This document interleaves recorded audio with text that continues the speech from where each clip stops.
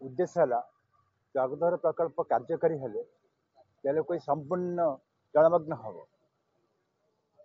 आम आखि आगे देखीचु आमर समर ब्यारेज कथा रेंगाज डैम कथा आमर हदगढ़ कथा आमर ये कालियात पाखे रामायल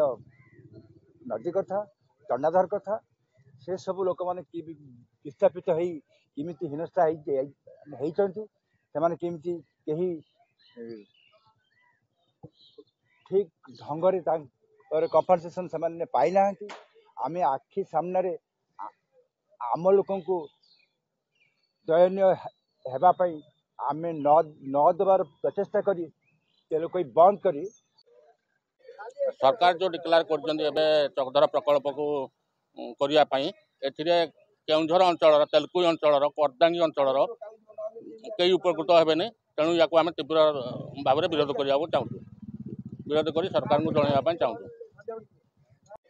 सरकार जो डिक्लेयर कर चकधर प्रोजेक्ट जो संग्राम चली हूँ दीर्घ अर्ध शताब्दी संग्राम 78 मसीहा ठारू या तेलुगुवासी विरोध कर या पूर्व जो सरकार मान थे से अनुभव करके स्थगित रखी किंतु वर्तमान सरकार जो तरबरिया भाव में निष्पत्ति नहीं चकधर करने से अति दुखदायक एवं तेलुगु प्रति एक बड़ विपद तेणु आम तेलुगुवासी घोर प्रतिवाद करुँ।